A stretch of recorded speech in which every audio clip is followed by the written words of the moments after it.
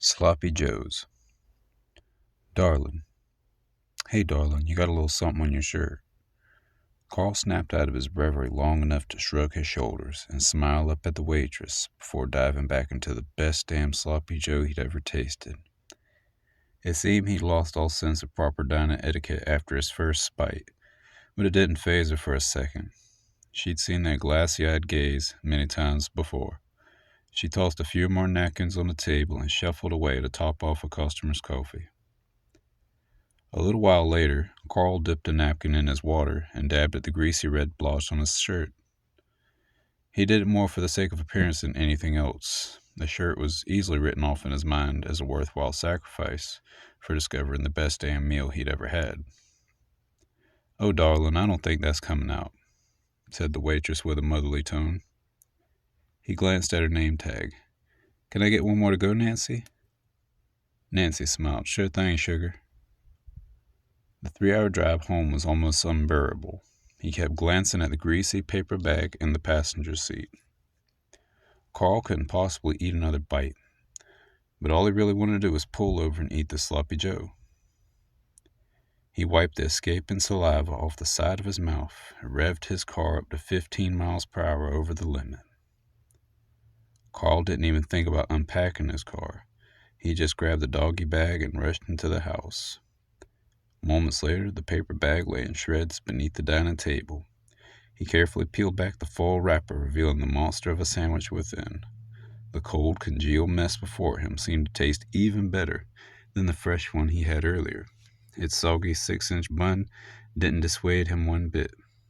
He devoured it quickly and wished he'd had another. The long drive between him and the only thing he cared to eat anymore was beginning to weigh on him. He'd make the trip straight from work on Fridays and sit down in his booth to 2 delicious Sloppy Joes. 30 Joes would make the long drive home with him, but eventually that wasn't enough to last him until the weekend. He was putting on so much weight. His girlfriend was always lecturing him about his eating habits. "Carl, you've outgrown your clothes 4 times in 3 months. That's not healthy." Carl hated to admit it, but he knew something had to change. His new place was less than a mile from the diner, and his job at the only gas station in town gave him plenty of chances to eat between transactions. He felt bad about how he'd left things between him and his girlfriend, but the remorse didn't last long. They even displayed a framed picture of him in his booth at the diner, which he visited at least 3 times a day. 7 months since that first life-changing Joe, and now he could finish off 4 of them at a time. 2 for breakfast, 3 or 4 for lunch, 4 for dinner, and of course the occasional one as a snack. Carl really didn't think of much anymore other than that next Sloppy Joe, and he couldn't have been happier. The world seemed so much easier to traverse now. Everything just fell into place as he slogged off at the trappings of his old life and focused on what was really important to him. "Hey, Nancy, what can I do for you, hon?" "Well, I've been wondering. You guys are out in the middle of nowhere, but you stay so busy. How you do it?" "Nothing to it, sugar. It's all our loyal customers. Years and years of regulars like yourself.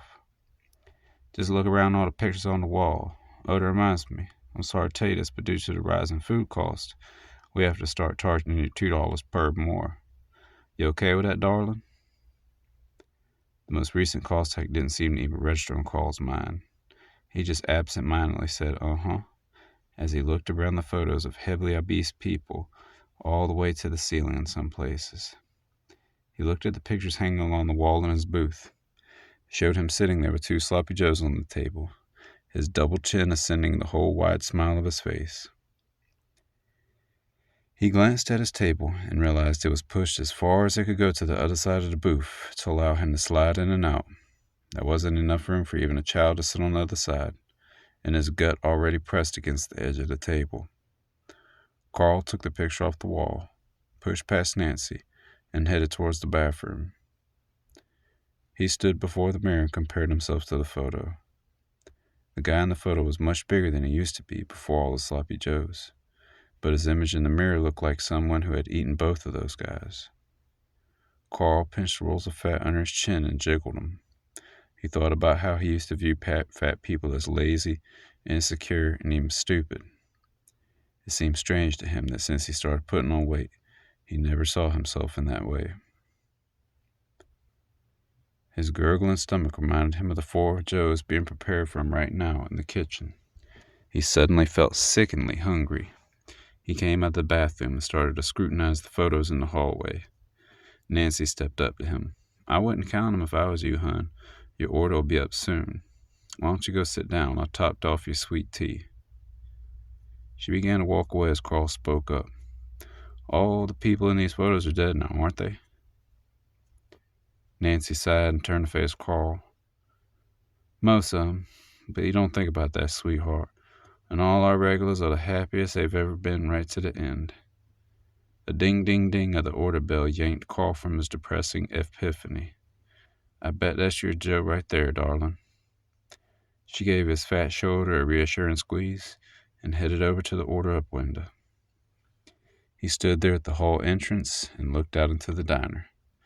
The place was crowded as usual, with familiar faces he'd watched over the months bulk up like himself. Foot-long chili dogs, fried chicken and pasta, double bacon cheeseburgers, chicken and waffles, sloppy joes, and all sorts of huge portions of artery-clogging food were being devoured by the perfectly content customers. He wondered how many of them would succumb to heart failure within the year. Carl slid into his booth, sipped his sweet tea, and thought about the overwhelming contentness he felt since he moved to the little pass-through town. He hung his picture back on the wall as he thought about the photo it had replaced came to his mind. He vaguely remembered Nancy telling him her name was Ginger, and she loved their chicken and waffles. He recalled how happy she looked with a bottle of maple syrup in one hand and a fork in the other. Nancy showed up with 2 trays and expertly transferred his 4 Joes to the table. "Let me just get you some extra napkins." Carl looked down at the 4 huge sloppy Joes before him and uttered, "Happy right to the end, huh?" Nancy beamed a wide, toothy grin at him over her shoulder.